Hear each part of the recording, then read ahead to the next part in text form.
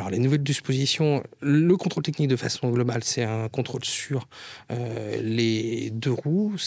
On contrôle le bon fonctionnement de l'ensemble du véhicule, que l'entretien soit fait d'ailleurs par un professionnel ou par le propriétaire en lui-même.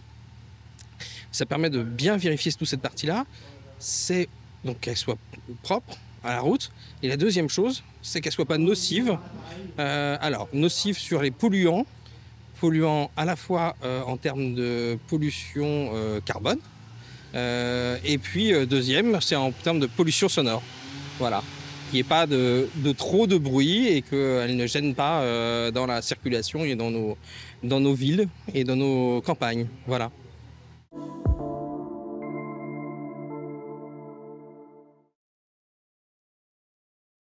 Un sonomètre, c'est un micro avec une prise de son. Et il y a deux références sur la carte grise. Il y a le régime moteur et puis également il y a le nombre de décibels autorisés sur cette moto, en sachant qu'il y aura 7 décibels en plus en fait que ce qui est marqué sur la carte grise en fait. Il y a une méthodologie contrôle technique avec des appareils qui nous sont livrés. Et on appliquera donc cette méthodologie. Et il faut savoir que si on est au-dessus de la norme en décibels, ce sera un motif de contre-visite et à corriger.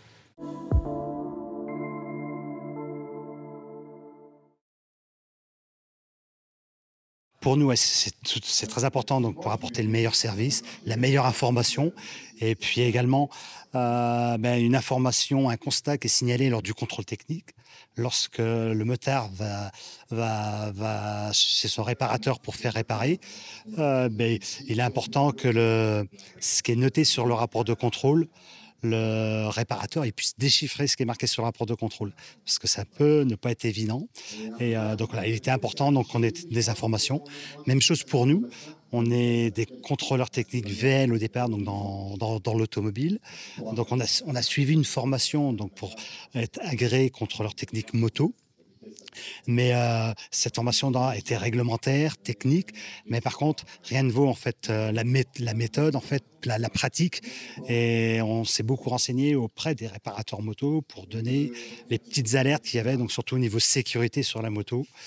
Sur les jugements, voilà, on ne juge pas un jeu de plaquettes de frein sur une moto comme sur une voiture. Il y a beaucoup de spécificités et il était important d'avoir ce dialogue au bout d'un an de contrôle technique.